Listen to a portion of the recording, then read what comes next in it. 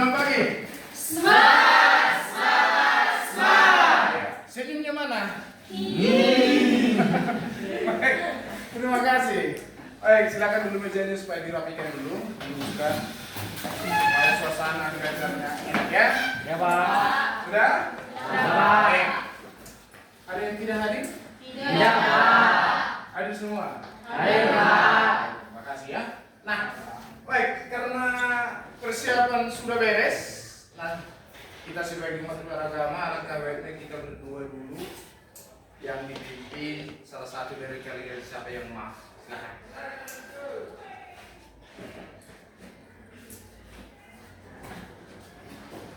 Bapak Guru dan teman-teman sekalian, mari kita bersatu dalam doa. Nama Bapa dan Putra dan Roh Kudus. Amin. Mengalihkan ucap syukur kepada-Mu ya Tuhan, atas segala berkat yang Kami lakukan di setiap kami hingga pada pagi hari ini kami dapat berkumpul di kelas ini dengan keadaan sehat. Sebentar lagi Bapak, kami akan memulai proses belajar mengajar kami. Kiranya Engkau memberkati hati dan pikiran kami agar kami dapat menerima pelajaran dari Bapak Guru kami. Dan kiranya Engkau memberikan kepada Bapak Guru kami kesehatan dan kebijaksanaan agar mampu mengajari kami dengan sabar sesuai kehendak-Mu. Inilah doa yang kami sampaikan melalui pantang anak Yesus Kristus. Kami berdoa ucap syukur. Amin. Nama Bapa dan Putra dan Roh Kudus. Amin. Baik. Terima kasih untuk persiapannya. Nah baik, sebelumnya kita materinya apa? Iya. Peristiwa tentang masuknya bangsa Barat ke Indonesia. Itu kan masih peristiwanya. Jadi kita hanya minggu yang lewat kita sudah membuat bagaimana peta kedatangan bangsa Barat ke Indonesia. Nah sekarang yang menjadi materi kita adalah ini mengenai masuknya.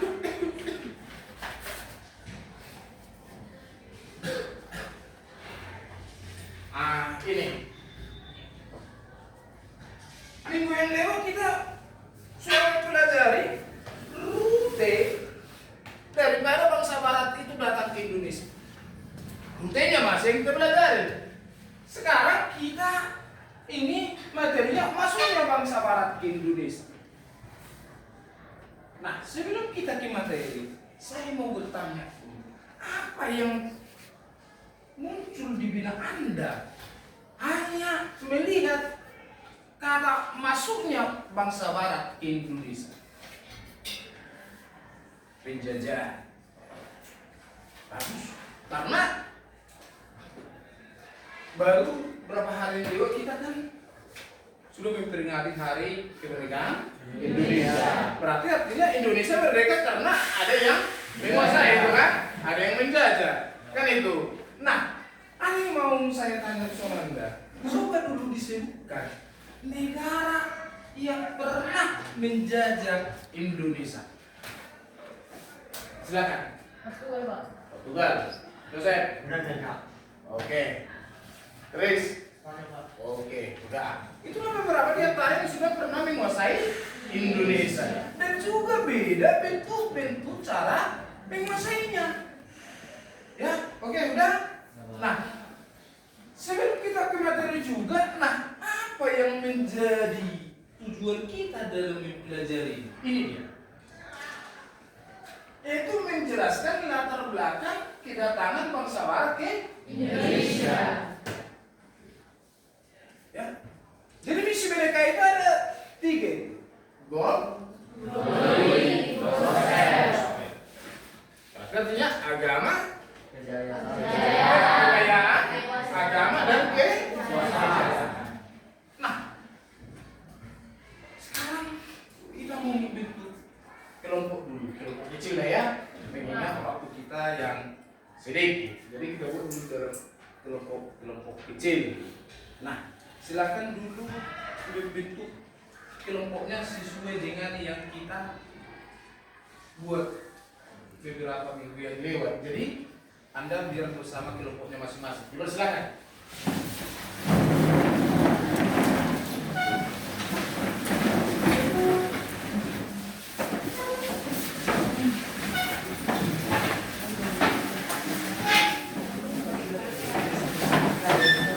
Ya.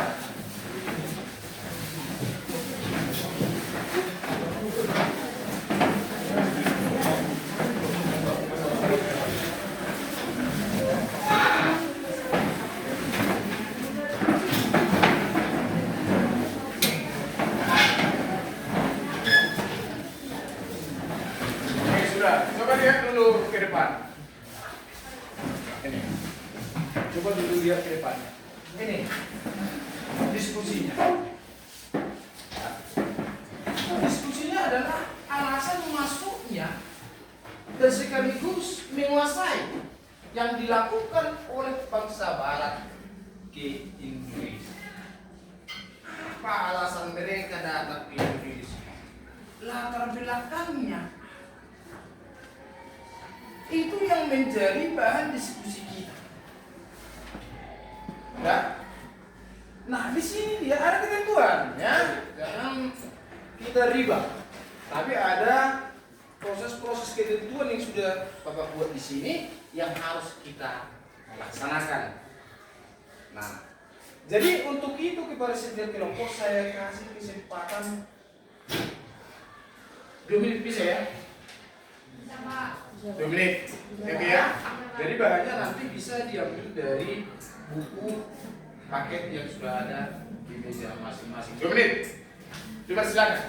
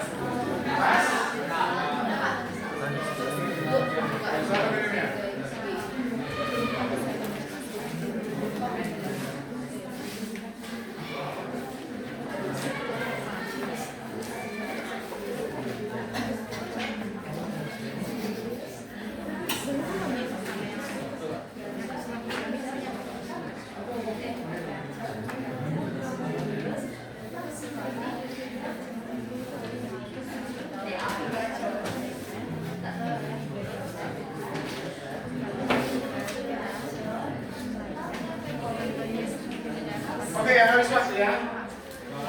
Baik, habis waktu. Nah, sekarang kita akan menampilkan presentasi dari kelompok masing-masing.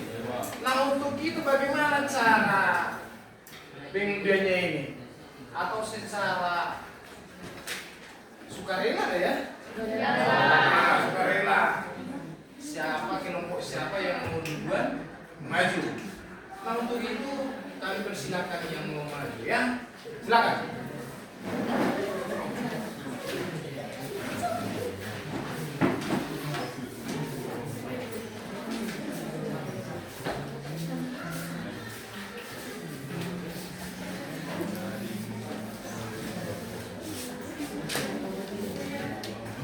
Baik, untuk kelompok yang maju kami berikan waktu. Ingat, waktunya terbatas.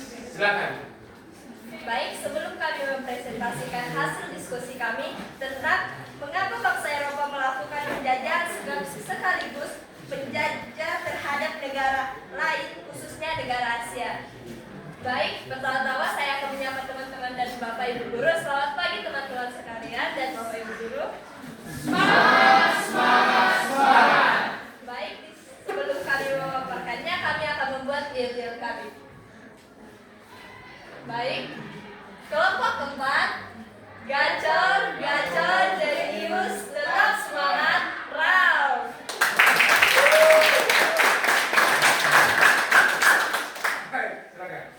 Baik, dari pertanyaan yang kami ambil yaitu mengapa bangsa Eropa melakukan penjajahan sekaligus penjajah terhadap negara lain, khususnya negara Asia.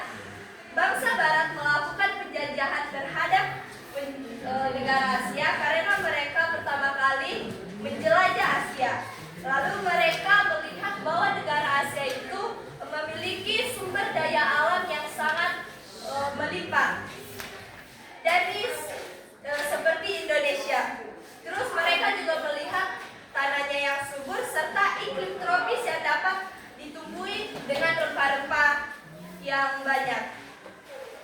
Lalu bangsa Barat berpikir untuk menjajah negara Asia ini karena mereka melihat bahwa sumber daya manusia di negara Asia ini bisa kita katakan lugu atau dapat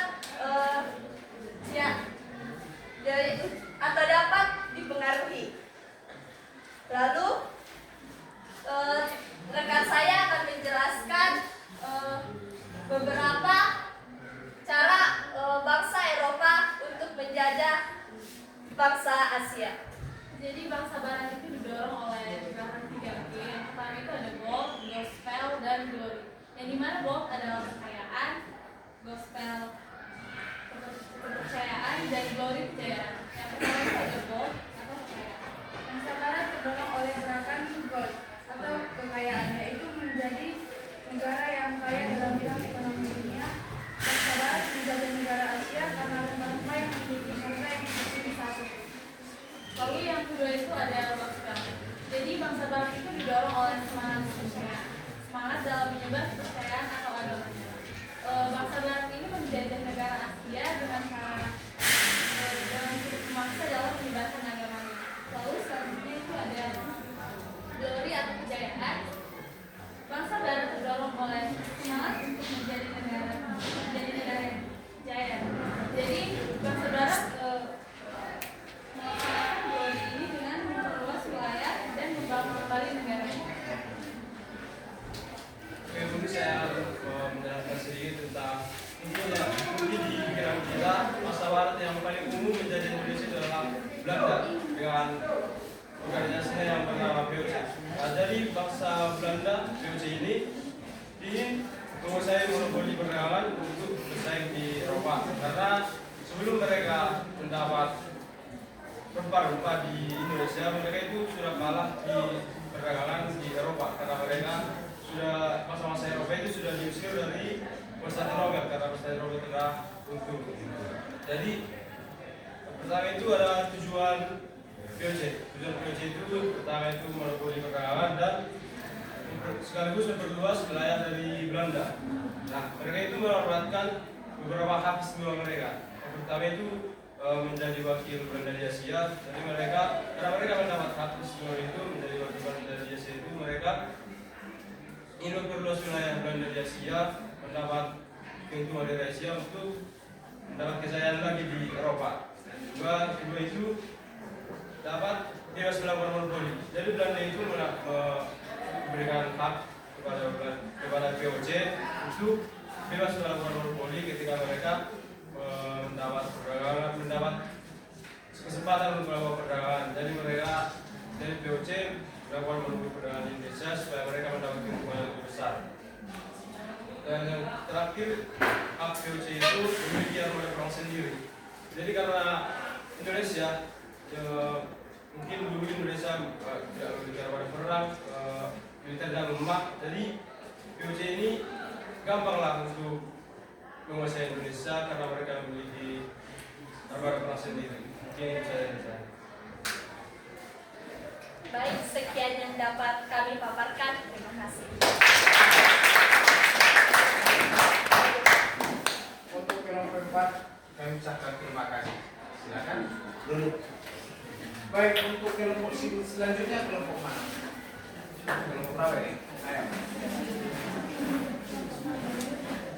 Mas ini, oh ya, silakan. Kelompok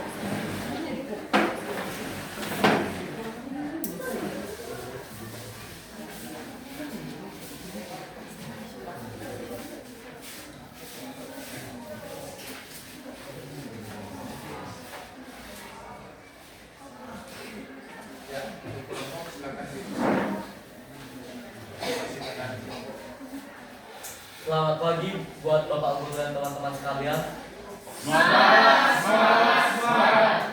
Kami dari kelompok BPJS yaitu Barisan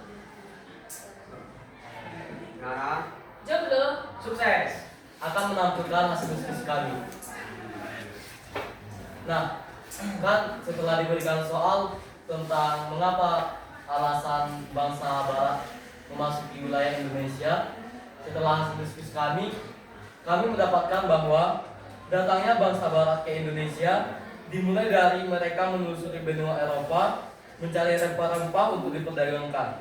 Nah, tokoh Dom Henry Kue melakukan ekspedisi Maroko dan berhasil melakukan wilayah Ceuta. Dan setelah itu, mulailah Portugis menemukan peta perdagangan dengan mengetahui bahwa kekayaan alam di Asia, terutama di Indonesia, itu sangat berlimpah.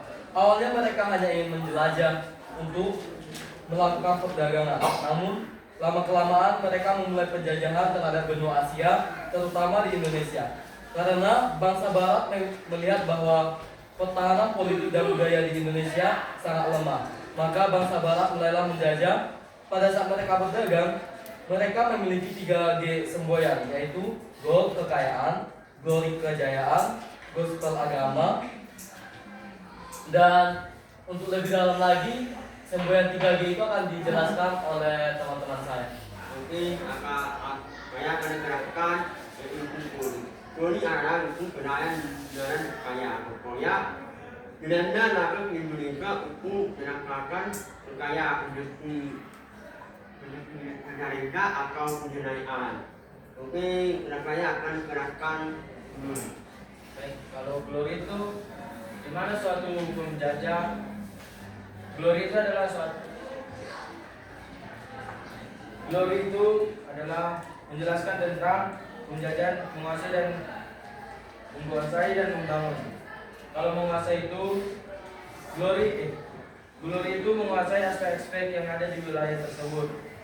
Lalu glory itu juga membangun kekuasaannya di daerah tersebut. Baik, selanjutnya saya di sini akan menjelaskan tentang gospel atau kepercayaan atau penutur agama. Mungkin dalam benak kita, mengapa gospel atau kepercayaan itu ikut dalam penjajahan dari suatu negara? Nah, awalnya itu dimulai dari area Eropa lah, di mana pada waktu itu adalah kerajaan Osman di Babel, di mana itu dikenal sekarang yaitu Turki. Yang dimana kerajaan yang berada di Turki ini melakukan pengenalan dengan kerajaan yang ada di Italia. Tapi sebelum itu, apa alasan mereka melakukan peperangan? Nah, pada waktu itu, kerajaan yang ada di Italia menjual beberapa barang ke kerajaan Konstantinopel atau kerajaan yang ada di Turki sekarang. Lalu, kerajaan Italia meminta agar semua barang yang telah dikirimkan ke kerajaan Turki itu agar memberikan pajak kepada mereka. Lalu setelah mendengar hal itu, kerajaan yang ada di Turki tidak terima dan tidak mau memberikan pajak. Karena hal itu, kerajaan Italia mengajak melakukan peperangan dengan kerajaan Turki, yang dimana kerajaan Italia itu didominasi dengan agama Kristen dan kerajaan Turki itu didominasi oleh kerajaan agama Islam. Di dalam peperangan tersebut, kerajaan Italia mengalami kekalahan dan kerajaan Turki mengalami win atau kemenangan. Karena mendengar itu, bangsa Eropa yang ada di sekitar itu tidak terima. Lalu mereka melakukan balas dendam dengan cara menyebarkan agama, yang dimana agama yang mereka sebutkan itu adalah agama Kristen. Dan dimana penyebaran agama ini dilakukan oleh negara Spanyol dan Portugis atau Portugal. Sekian dari saya. Oke, sekian hasil dari pemaparan kami.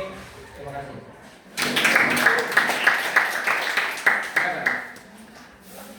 Ayo, maju, yang lain. Belum bersama lagi.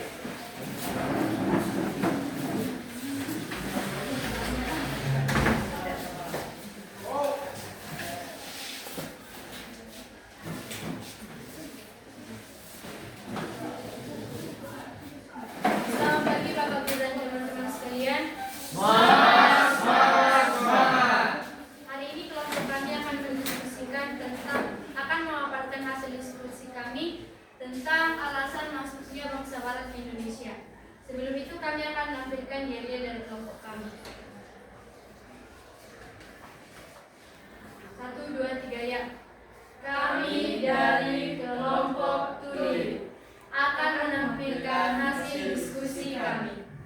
Jadi berdasarkan diskusi kami menyimpulkan ada 4 latar belakang atau penyebab dari masuknya bangsa Barat ke Indonesia. Yang pertama, jatuhnya Konstantinopel pada tahun 1453 di bawah kekuasaan kerajaan Ottoman. Penyerangan Konstantinopel yang dilakukan oleh Sultan Mehmed II menggunakan teknik kapal darat dapat menembus tembok tebal dari Konstantinopel sehingga wilayah dari Konstantinopel itu dikuasai oleh kerajaan Islam dan terusan Suez juga dikuasai oleh mereka. Yang kedua, perkembangan teknologi pelayaran. Berkembangnya sistem pelayaran dan kebutuhan bangsa Eropa semakin banyak.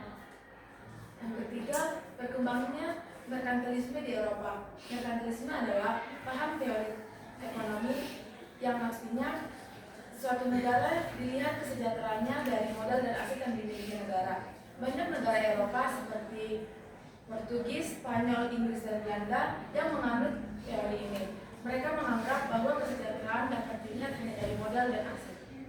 Kemudian yang keempat adalah adanya motivasi 3G, gold, glory, dan gospel. Jadi saya akan menjelaskan satu persatu. Yang pertama adalah gold atau mencari kekayaan. Jadi bangsa-bangsa Eropa akan mencari kekayaan ke wilayah koloninya sebanyak-banyaknya untuk kesejahteraan negaranya sendiri. Yang kedua adalah glory. Glory itulah mencari atau memperluas wilayah kekuasaan dengan cara ekspansi wilayah ke daerah koloninya. Yang ketiga adalah gospel atau misi untuk menyebarkan agama Kristiani yang dilakukan oleh bangsa Eropa melalui Zendik Protestan dan misionaris dari agama Katolik. Sekian presentasi dari kelompok kami. Terima kasih. Baik, silakan dulu. Untuk kelompok selanjutnya, kelompok terakhir. Ya. Oke, baik. Untuk kelompok terakhir kami persilakan.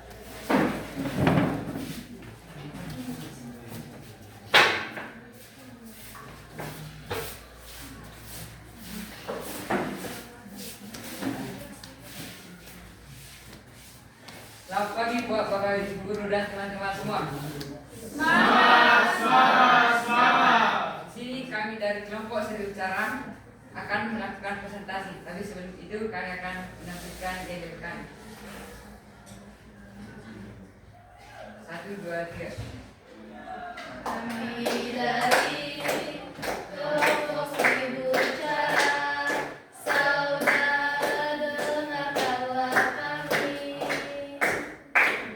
Boro-boro presentasi, Kelompok Serius Cara. berpikir secara logika.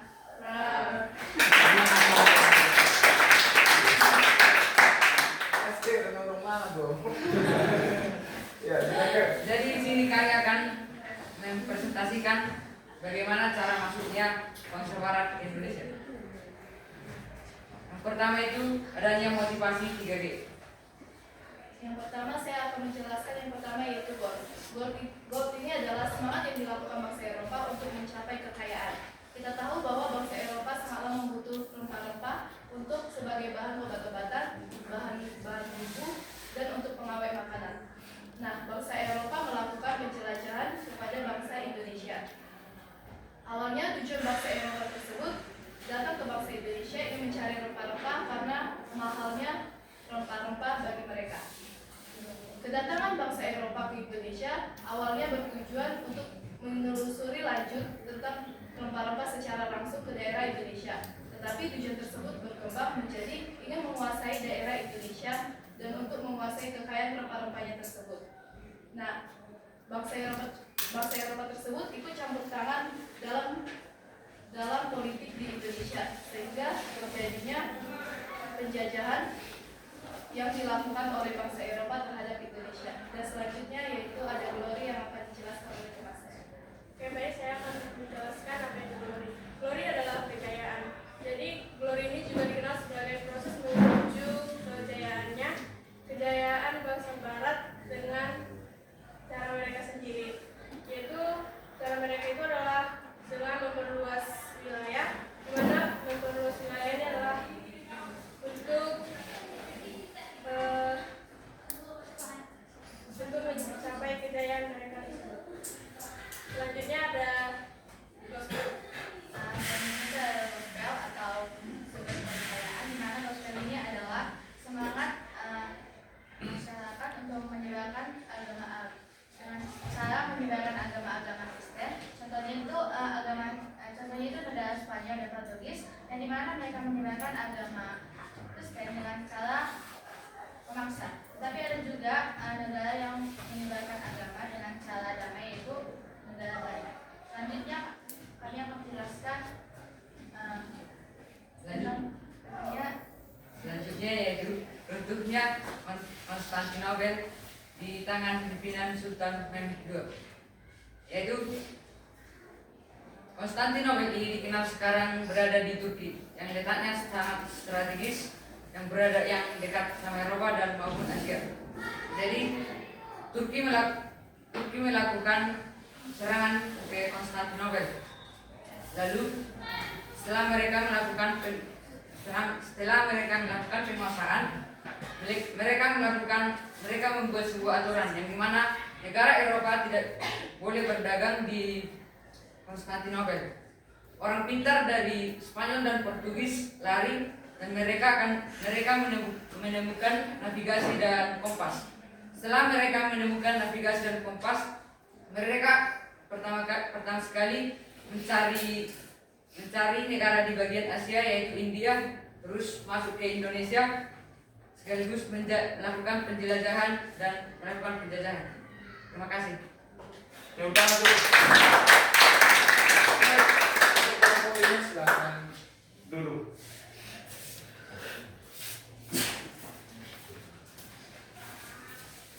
Baik ya. Saya ucapkan terima kasih banyak untuk kita semua. Tepuk tangan dulu untuk kita. Jadi semua yang kalian bilang itu benar. Ya. Bangsa Barat itu datang ke Indonesia karena unsur-unsur yang kalian bilang itu semua. Udah? Nah, mari kita lihat.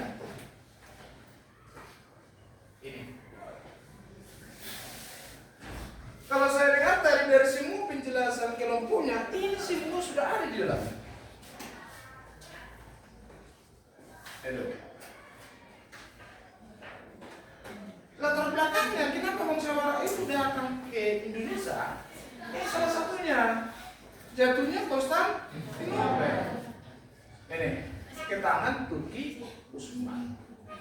Jadi setelah orang Turki menguasai Romawi Timur atau juga Konstantinopel, maka orang Turki melarang semua negara-negara Eropa untuk melakukan perdagangan di sana. Padahal kalau dilarang gimana mereka? Kebutuhan hidupnya itu, kebutuhan hidup manusia atau masyarakat Eropa itu ada di Konstantinopel. Tapi setelah dilakukan penguasaan oleh Turki, mereka dilarang. Maka mereka berusaha untuk mencari jalan lain. Itu yang pertama. Yang kedua, perkembangan iptek. Iptek yang dimaksud di sini apa? Kompas kan? Nah, kompas. Jadi kompas ini dan juga navigasi ya, itu sebagai alat untuk menunjuk arah. Jadi kalau mereka misalnya sampai di Indonesia, mereka pulang, mereka tahu letaknya di mana. Jadi mereka dengan leluasa datang dan pulang. Baru yang ketiga itu gold. Lihat dulu gold. Lihat di situ. Harga rempah-rempah semahal emas. Harga rempah-rempah semahal emas. Kalau ada rempah-rempahnya berarti kaya. Betul kan? Jadi di situ. Ya. Karena rempah-rempah itu digunakan dalam dunia industri. Itu apa? Untuk obat-obatan, gitu kan? Baru kemudian untuk makanan, minuman. Apalagi di Eropa itu ada musim dingin, bos. Udah ada masanya beberapa bulan di situ cuacanya sangat dingin. Jadi setelah dengan ada rempah-rempah kan enak. Ya, bagaimana caranya memanaskan tubuh ini, bikin bandrek? Boleh. Makanya orang itu setelah mendapatkan rempah-rempah, datang tiba musim dingin, maka mereka menyatakan minumlah kopi luwak. Kan itu? Minumlah kopi luwak. Baru, oke itu. Baru yang kedua, pasukan menyebarkan agama. Nah ini, misinya menyebarkan agama. Kalau menyebarkan agama itu, ya, atau disebut dengan istilah misionaris, berarti itu adalah pekerjaan mulia, pekerjaan suci, bos. Kalau bisa menyebarkan agama, berarti itu adalah sebuah pekerjaan yang sangat suci. Oke ya? Mari yang kelima, glory. Ah ini, mempunyai tanah jajahan berarti dia jaya. Prinsip. Karena apa? Negara yang menjajah menganggap bahwa tanah yang dijajah itu adalah miliknya. Ini yang menjadi permasalahan. Belanda datang ke Indonesia, Belanda menganggap bahwa Indonesia itu adalah miliknya. Garuga miliknya. Siliba miliknya. Si Bahukar, Pangaribuan dan sebagainya adalah miliknya. Padahal dia hanya sebagai penjara. Tahu kan? Bayangkan dulu. Padahal mereka hanya datang seperti si Putri. Si Putri datang dari Bahai untuk tidur. Gitu kan? Karena kebetulan semalam dia bekerja menjaga anak. Jangan Put. Oke, baik. Jadi terima kasih sekali lagi saya ucapkan untuk hasil diskusinya. Semua yang kalian katakan itu benar. Tetapi ada yang satu yang sulit pertanyaan yang perlu kita refleksikan. Datang bangsa Barat ke Indonesia seperti yang sudah diceritakan sebelumnya sakit. Ada yang mau saya tanya untuk Anda.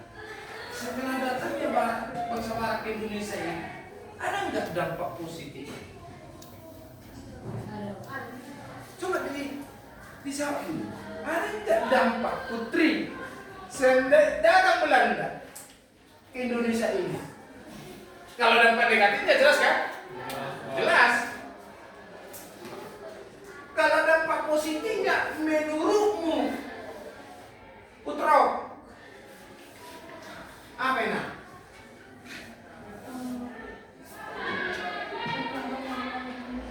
Berkembangnya budaya di Indonesia. Boleh, maksudnya berkembangnya itu kira-kira berkembang seperti apa?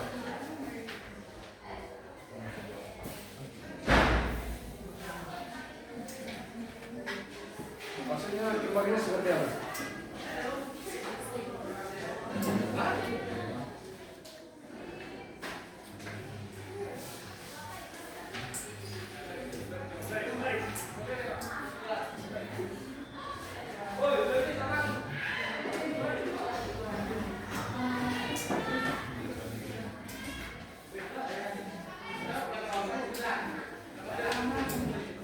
Oh, oke, bahasa ya. Jadi artinya orang Indonesia sudah mengerti bahasa Belanda itu kan? Iya kan? Iya kan? Orang Indonesia mengerti bahasa Indonesia. Apalagi saya bisa mengerti bahasa planet. Oke, sudah? Oke. Ada lagi? Oh, mau kemana ya? Aman nih, bos. Ya, Wiwi. Berkembangnya fasilitas Indonesia, Pak. Contohnya itu waktu penjajahan Belanda, Pak. Pembangunan jalan dari Aceh menggunakan kan Pak, itu kan dibangun pada masa penjajahan Belanda. Oh, dia mengerti lah. Apa namanya? Tahu jalan ya? Buat jalan ya? Dari aspal, bukan dari lumpur kan? Tapi dari aspal ya? Oke, baik. Itulah. Ya, dampak negatifnya banyak, dampak positifnya banyak. Misalnya, selama ini negara kita mana mengenal kopi, tapi sekarang justru mengenal kopi. Oke, baik. Berhubung karena waktu sudah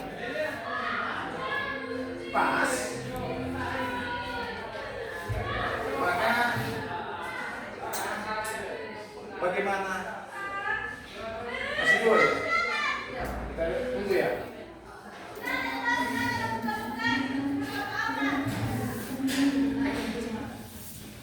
Silakan berdiri.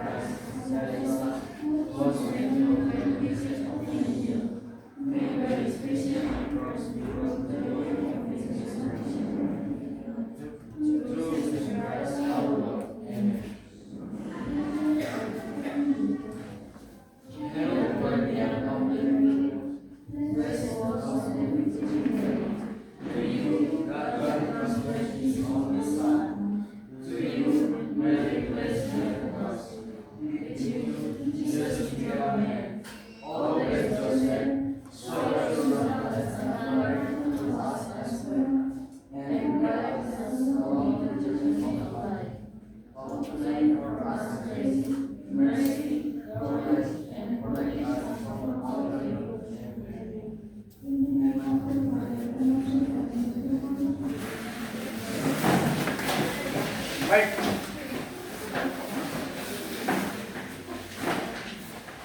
Dari proses diskusi, dari penjelasan saya, siapa yang bisa menyimpulkan akhir pembelajaran? Siapa? Ya, Natania, silakan. Jadi kesimpulan pada pembelajaran kita ini dimulai dari pada dasarnya bangsa Eropa ke Indonesia didorong banyak faktor. Faktor yang paling menonjol dari penjajahan di Indonesia atau negara itu sendiri adalah ini. Setelah penemuan alat navigasi dan penjelajahan oleh penjelajah dari Eropa.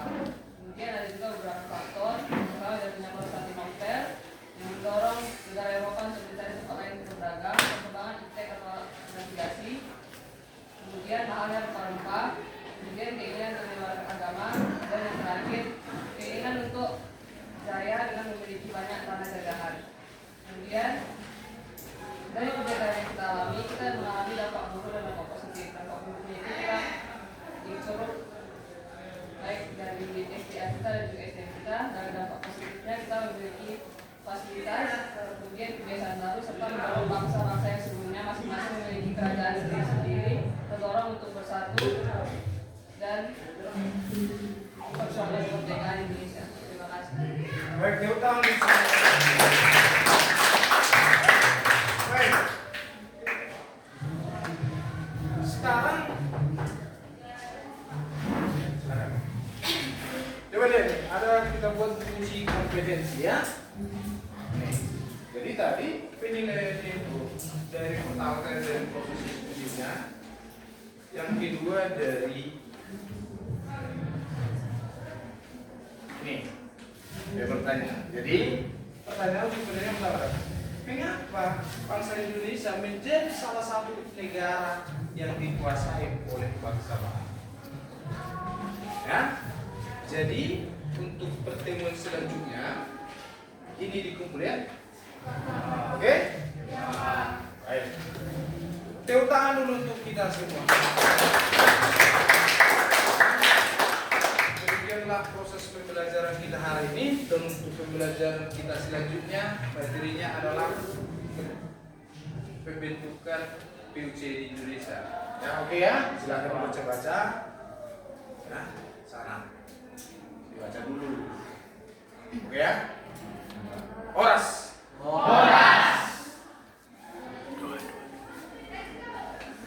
Baik. Karena untuk membuat dua siapa? Silakan. Silakan.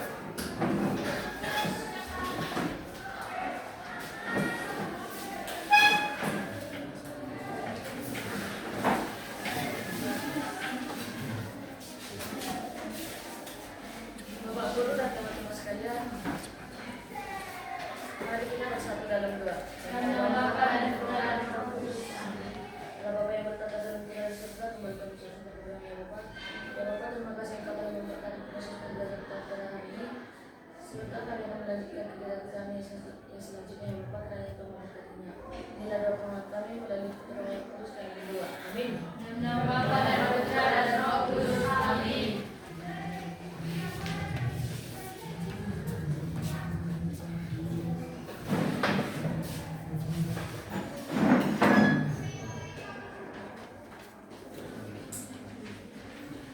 Sekarang pilih masuk apa?